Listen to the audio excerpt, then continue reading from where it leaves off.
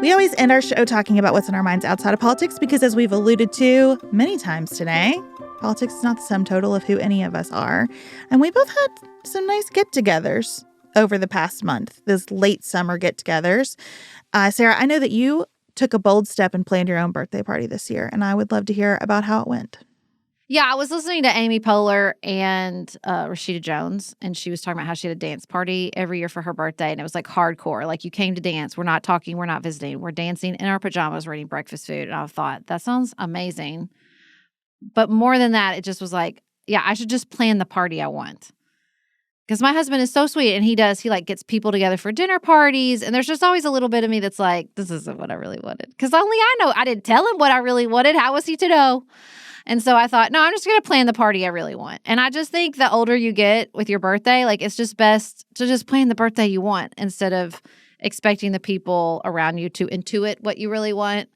So I had a 90s karaoke birthday party. That was fabulous. We found this other place to do karaoke in our town that I think we're going to go back to again. And I hosted a bunch of other stuff as well. I've hosted more parties this summer than I have probably in 5 to 6 years, probably since COVID. I really kind of came off hosting for a while. But we got a projector, so we did 2 outdoor movie nights.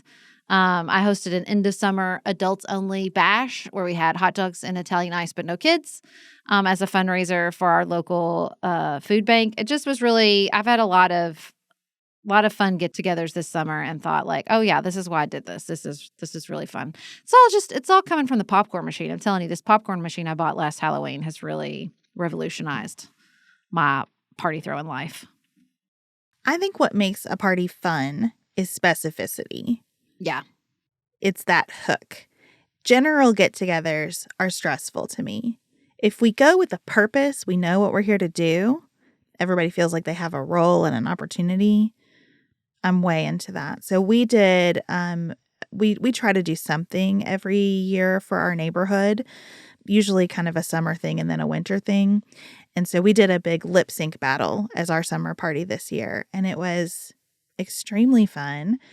I don't know why people seem to find this more intimidating than the murder mystery parties that I've done. That's funny. Now, I think a murder mystery party is pretty intimidating. You got to kind of inhabit a character and wear a costume and everything. The lip syncs seem to still feel more vulnerable to people. No, I think it's because the lip sync battle TV show with those like viral moments. I still watch Tom Holland do Umbrella. It's incredible. So I just think that maybe the bar was just set really high with that show, and it's those moments still live on. So maybe that's why it feels intimidating to pick a lip sync battle song. What I also heard, though, is that the individual performance aspect is intimidating to people. At a murder mystery party, you're still just kind of milling around and chatting with people. I mean, but you're like being the on focus. display is a thing.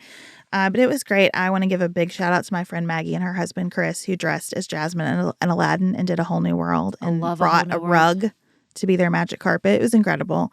But a lot of my friends who came and said they could never, ever do this by the end of the night were hogging the pretend microphones.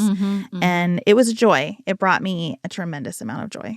Well, what I picked up from all our get-togethers this summer is just people are ready to socialize. People are ready to be out in the world. Like, they're really finally 5 years later. It's really not, it's not really 5 years later since COVID.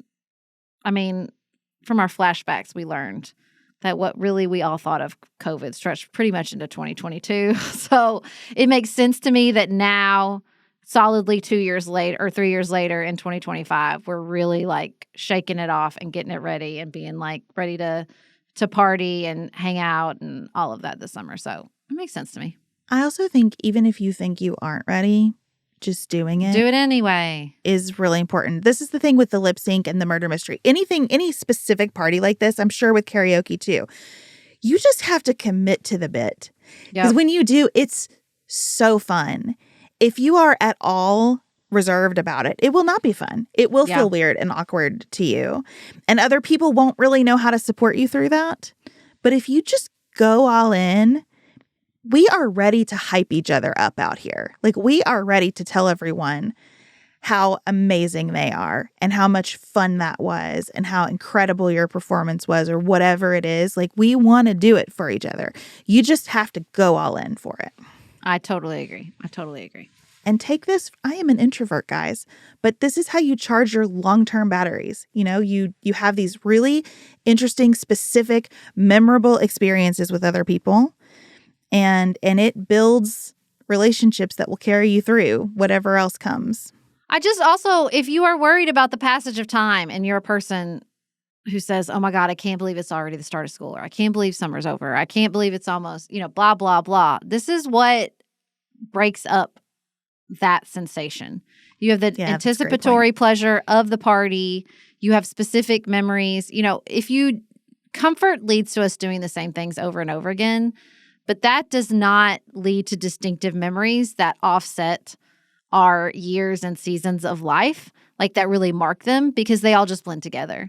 So if you're doing the same thing because it's comfortable, your brain doesn't know to make that a distinctive memory. It's all just going to blend together. This is what they tell you about vacations. You can go to the same place and you'll have a little bit more anticipatory pleasure because you know exactly what's coming.